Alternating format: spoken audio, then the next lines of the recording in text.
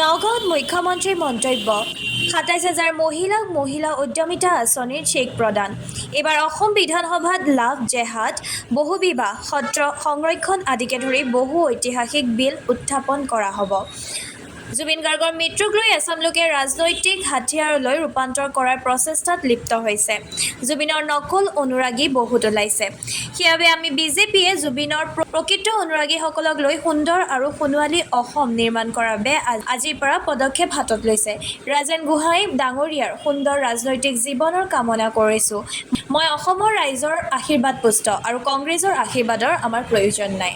আজি নগাঁও বটদ্ৰৱা সমষ্টিৰ ২৭,০০০ মহিলাক মহিলা উদ্যমিতা আঁচনিৰ প্ৰথম কিস্তিৰ ধন আমি মুকলি কৰি দিলোঁ আৰু ৰাইজৰ উৎসাহ উদ্দীপনা ই প্ৰমাণ কৰে যে এই আঁচনিটোৱে অসমৰ মহিলা সমাজৰ মাজত এটা নতুন উদ্যমিতা আনিবলৈ সক্ষম হৈছে।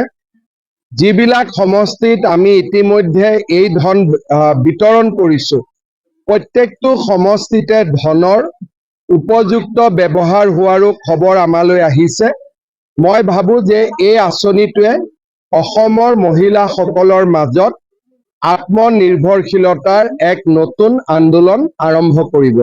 মই নগাঁৱৰ আই মাতৃসকলক আজিৰ এই আঁচনিখনৰ বাবে আকৌ এবাৰ অভিনন্দন জনাইছোঁ।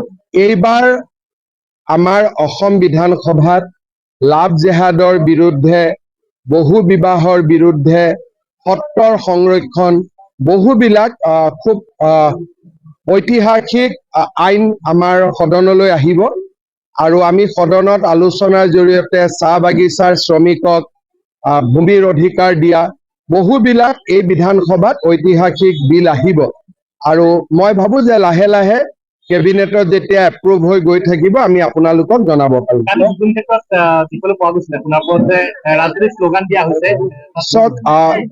জুবিন গাৰ্গৰ মৃত্যুৰ দুৰ্ভাগ্যজনক আৰু অসমৰ জাতীয় জীৱনৰ আটাইতকৈ কৰুণ আৰু বেদনা ভৰা যিটো খবৰ, তাক এচাম লোকে ৰাজনৈতিক হাতিয়াৰলৈ ৰূপান্তৰ কৰাৰ বাবে প্ৰচেষ্টা কৰিছে আৰু এই লোকচামে জীৱনকালত বহু লোকে জুবিনৰ এটা গানো শুনা নাছিল বা জুবিন গাৰ্গৰ বিষয়ে তেওঁলোকৰ জ্ঞানো অত্যন্ত সীমিত।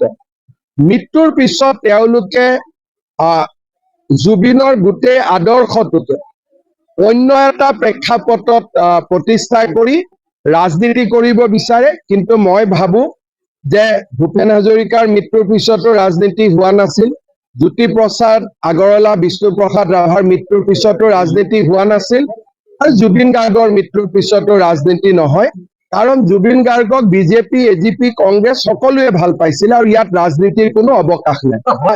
কিয় যিবিলাক জুবিনৰ নকল অনুৰাগী বহুত ওলাইছে,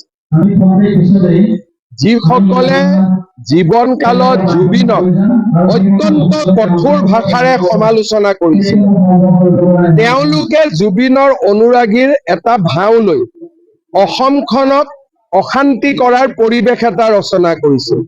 সেইকাৰণে বিজেপিয়ে জুবিনৰ গান ভাল পোৱা, জুবিনক ভাল পোৱা অনুৰাগীসকলক লৈ যে যিকোনো মূল্যৰ বিনিময়ত আমি অসমখনক অশান্ত কৰিব নিদিওঁ, এইখন বিষ্ণু ৰাভাৰ অসম, জ্যোতিপ্ৰসাদৰ অসম, ভূপেন হাজৰিকাৰ অসম, জুবিন গাৰ্গৰ অসম, ইয়াক আমি কেতিয়াও অশান্ত কৰিব নিদিওঁ, এই শ্লোগানেৰে আজিৰ পৰা ৰাজপথত নামিছে।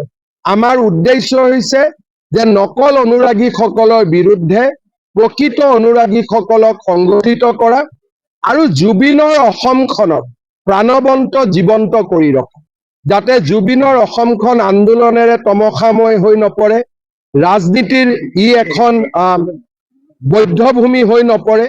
তাৰ কাৰণে আমি প্ৰচেষ্টা কৰিম যে জুবিনৰ প্ৰকৃত অনুৰাগীসকলক লৈ সুন্দৰ আৰু সোণোৱালী অসম এখন নিৰ্মাণ কৰে। ডিচেম্বৰৰ শেষৰ সপ্তাহত বা জানুৱাৰীৰ প্ৰথম সপ্তাহত অমিত শ্বাহ ডাঙৰীয়া আহিব, তেওঁৱে আধাৰশিলা স্থাপন কৰিছিল আৰু তেওঁৰে কৰ কমলেৰে আমি আমাৰ মহাপুৰুষ গৰাকীৰ জন্মস্থানৰ সংলগ্ন যিটো আমাৰ প্ৰজেক্ট তাক আমি উদ্বোধন কৰিলো। আজি কেইবাটাও আছে, আমাৰ ধুনীয়া চুইমিং পুল এটা হ'ব গৈ আছে, ধুনীয়া ৰাস্তা এটা হৈছে, জইণ্ট ডিৰেক্টৰ হেল্থৰ নতুন কাৰ্যালয় হৈছে, এটা CIDF-ত নতুন বাণিজ্যিক ভৱন এটা হৈছে। নগাঁও চহৰখন বহু দিশে আগবাঢ়ি গৈছে। তাৰ 4টা গুৰুত্বপূৰ্ণ প্ৰজেক্ট এতিয়া আমি উদ্বোধন কৰিম।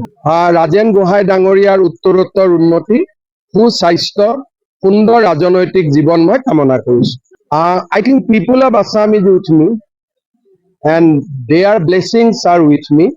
So I don't want to do politics with the blessings of Congress.